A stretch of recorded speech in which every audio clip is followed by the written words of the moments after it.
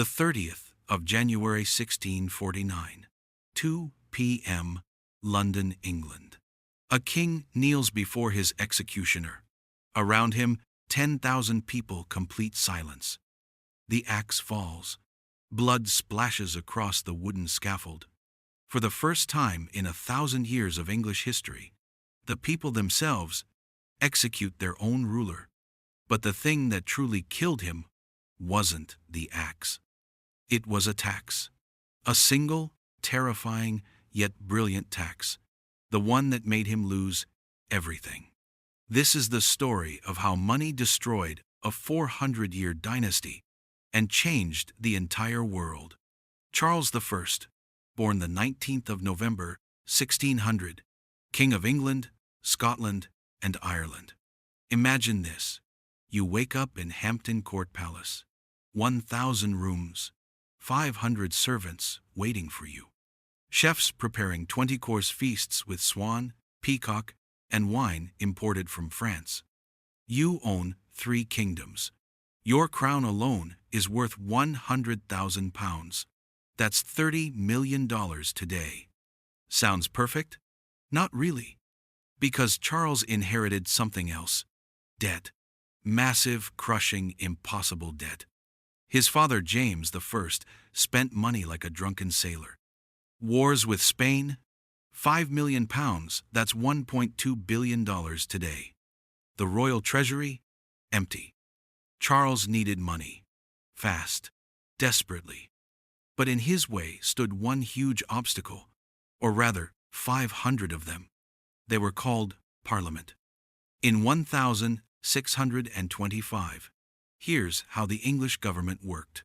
The king ruled the nation, made the laws, commanded the army. He was considered God's representative on earth. But, here's the big but, he couldn't collect taxes without Parliament's permission.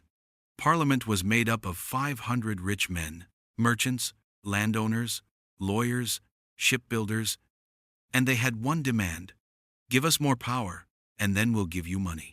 Charles refused. The 10th of March, 1629, Charles entered Parliament and said, "You're all fired. Go home. I don't need you anymore." And for the next 11 years, he ruled alone. No Parliament, no elections, no debates, no checks on his power. Just one man ruling 3 kingdoms entirely by himself. Historians call this period the 11 Years' Tyranny. But the problem with being an absolute ruler is, you still need money. So Charles found a very clever, but very dangerous, way to get it. And if you want to see how this tax destroyed everything, hit subscribe, because the craziest part is coming next. 1634. Charles discovered an ancient law called ship money. For 400 years, this tax worked like this. Coastal towns, Portsmouth, Dover, Plymouth, paid money to build warships. It made sense. They lived by the sea and needed protection. But Charles had a brilliant idea. Why only the coastal towns? Let's charge everyone. August 1635. The royal order went out. Now, farmers in the countryside and blacksmiths who had never even seen the sea were paying for ships.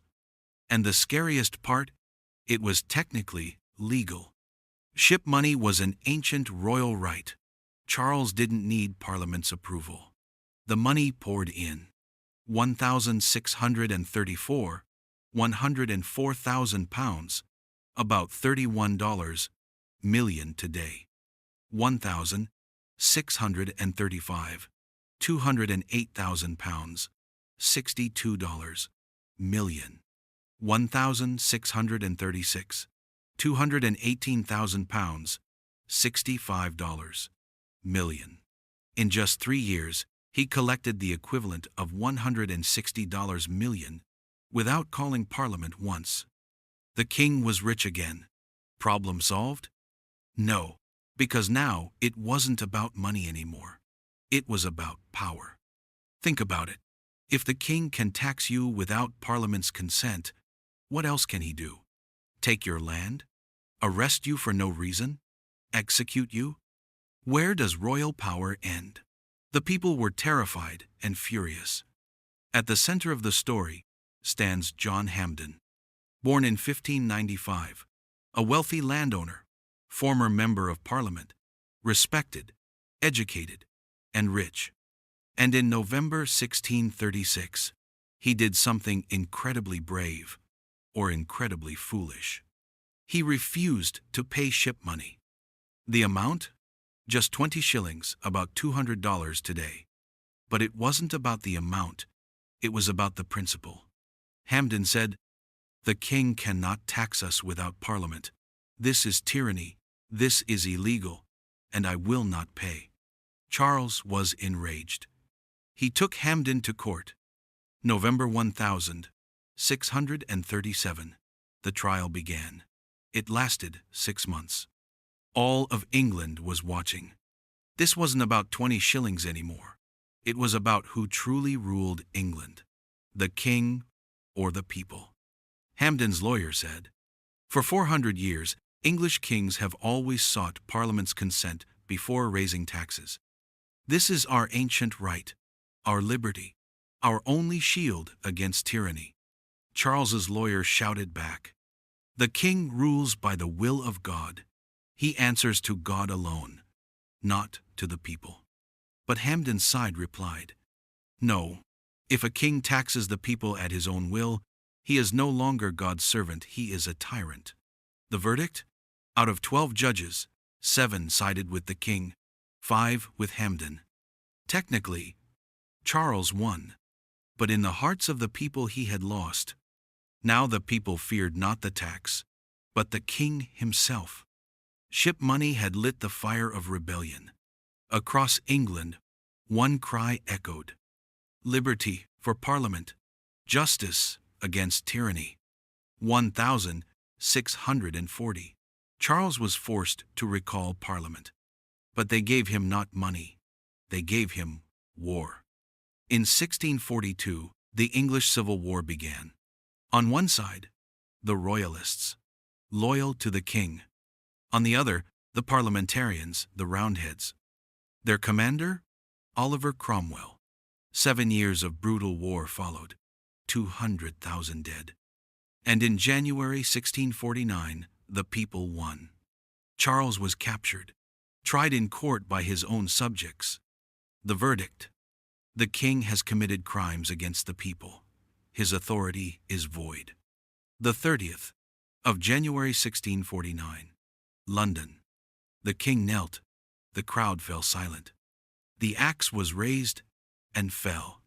At that moment, he became the first English monarch ever executed by his own people. After Charles's death, one truth became clear. Money is power, and whoever controls it controls the nation. This moment changed England forever.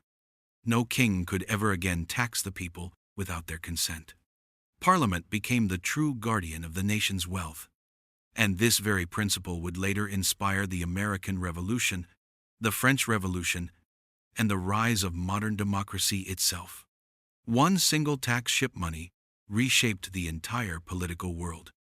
It killed a king, but gave humanity a new power, the will of the people.